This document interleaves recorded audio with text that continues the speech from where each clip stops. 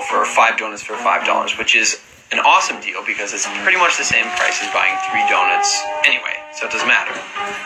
And I set my stuff down, and I pick up the paper, and I start reading the paper, and this guy sits down across from me. And so I, look over the paper, and he kind of gives me a bit of a smile, and I give him a bit of a nod, and I go back to reading the business section.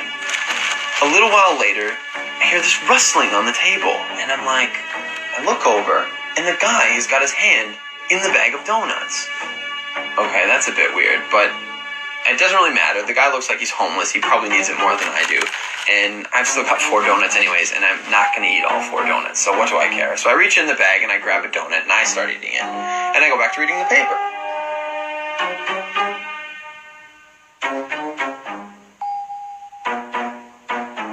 So I'm just getting into the social pages, and I hear this rustling on the table again. And I look over, and the guy's got his hand in the bag of donuts again. He takes a bite, and I'm like, what the crap? And now I'm getting a bit angry, but the precedent has been set, and so I don't feel like I can say anything. But I reach into the bag a bit more aggressively, I take a bite, and I just shake my head like, whatever.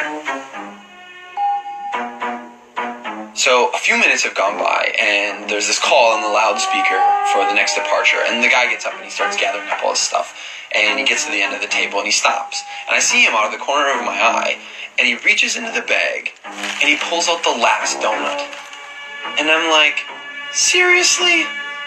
And he looks at me, he breaks it in 2, and he hands it to me. I reach out and I take this half, and I'm in total disbelief. And he kind of nods at me, and he walks off.